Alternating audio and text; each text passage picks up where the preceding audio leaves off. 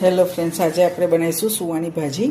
દાળમાં સુવાની ભાજીને લાવીને ધોઈ અને મેં પાણીમાં 5 મિનિટ માટે ઉકાળી લીધી છે. તમે જોઈ શકો છો, સુવાની ભાજી થોડી ગરમ હોય છે અને એનો ટેસ્ટ પણ થોડો તીખો હોય છે, એટલે એનું પાણી બધું ઉકાળીને કાઢી લઈશું. અને એમ તુવેરની દાળ મેં સાદી બાફી લીધી છે, મીઠું હળદર નાખીને બંનેને સાથે વઘારી દઈશું. તે માટે મેં એક પેનમાં તેલ ગરમ કરવા મૂકી એક પેનમાં તેલ ગરમ થાય છે. રોટલા સાથે પણ સુવાની ભાજી ખૂબ જ સારી લાગે છે. 1 ચમચી રહી અને જીરું બંને મિક્સ લઈશું. રહીનું પ્રમાણ થોડું ઓછું રાખ્યું છે.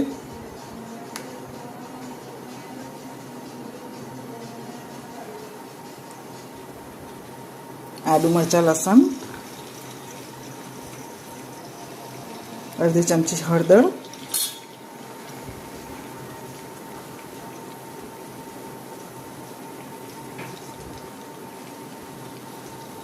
2 ચમચી લાલ મરચું લઈશું. હાફ કપ પાણી લઈશું.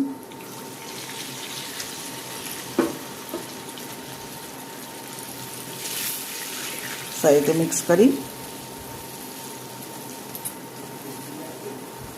ધાણા જીરું પાવડર 2 ચમચી, 1/2 ચમચી મીઠું, આપણે બનાવેલી સુવાની ભાજી ઉમેરી દઈશું.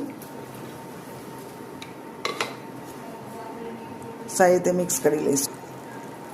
આપણે બનાવેલી દાળ પણ ઉમેરી દઈશું. જરૂર લાગે તો હજુ અડધો કપ જેટલું પાણી લઈશું, જેથી થોડું લિક્વિડ જેવું થાય.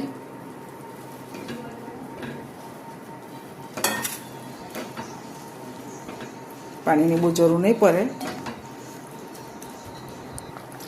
ભાજી આપણી થઈ ગઈ છે. આ સ્ટેજ પર થોડું લીંબુ નીતાળી લઈશ ખાટા મીઠા ટેસ્ટ માટે. બાઉલમાં લઈ લઈશું. તૈયાર છે આપણી સુવાની ભાજી દાળમાં. એને રોટલા કે ભાખરી કે રોટલી સાથે તમે લઈ શકો છો. સાદા રાઈસ સાથે પણ ખૂબ જ સરસ લાગે છે મિત્રો. મેં આજે ભાખરી સાથે લીધી છે.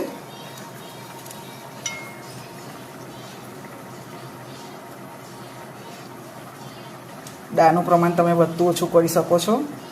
રસાનું પ્રમાણ પણ તમે વધતું ઓછું કરી શકો છો. તમે પણ ટ્રાય કરો. Thank you for watching video.